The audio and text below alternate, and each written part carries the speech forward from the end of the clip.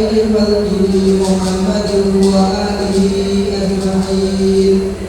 أما بعد، فأعوذ بالله من الشيطان الرجيم. بسم الله الرحمن الرحيم. إن الصلاة تنهى عن الفحشاء والمنكر. وقال النبي صلى الله عليه وسلم: مفتاح الجنة الصلاة. আলহামদুলিল্লাহ, সমস্ত প্রশংসা আল্লাহ তাআলার দরবারে, যিনি বিগত এক সপ্তাহ ধরে এই শিক্ষা সেমিনারে আসবার দরবার এবং কিছু কথাবার্তা বলবার সুযোগ দান করেছেন। তাই সে আল্লাহ তাআলার দরবারে শুকরিয়া জ্ঞাপন করি। সবাই বলি আলহামদুলিল্লাহ।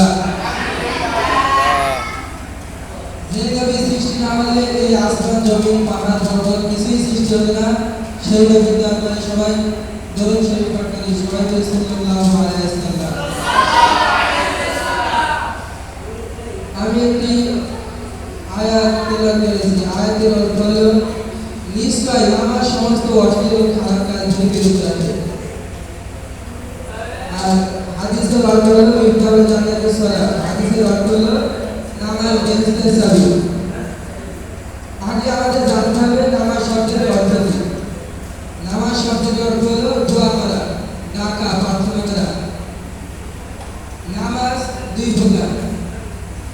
এক নম্বর হলো রুকু সেজদা ব্যতীত, আর দুই নম্বর রুকু সেজদা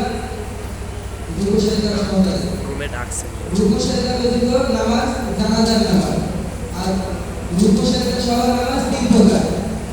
এক নম্বর ফরজ নামাজ, দুই নম্বর ওয়াজিব নামাজ, আর তিন নম্বর ফরজ ও ওয়াজিব বাদের যে সব নামাজ বলা হয়, অর্থাৎ সুন্নত নফল। নবী করিম সাল্লাল্লাহু আলাইহি ওয়াসাল্লাম পুকুরের সামনে সাহাবায়ে কিরামদের নিয়ে আলোচনা করেছিলেন এবং সাহাবায়ে কিরামদের বলছিলেন, যদি কোনো ব্যক্তি ওই পুকুরে দিনে 5 বার গোসল করে তাহলে তার গায়ে কি ময়লা থাকবে? সাহাবায়ে কিরামরা এক বাক্যে উত্তর দিল, না। তখন নবী করিম সাল্লাল্লাহু আলাইহি ওয়াসাল্লাম বললেন, নামাজটা ঠিক আমল। কেউ যদি 5 ওয়াক্ত নামাজ পড়ে তাহলে তার সমস্ত গুনাহ আল্লাহ তাআলা ওইভাবে সরিয়ে দেবে।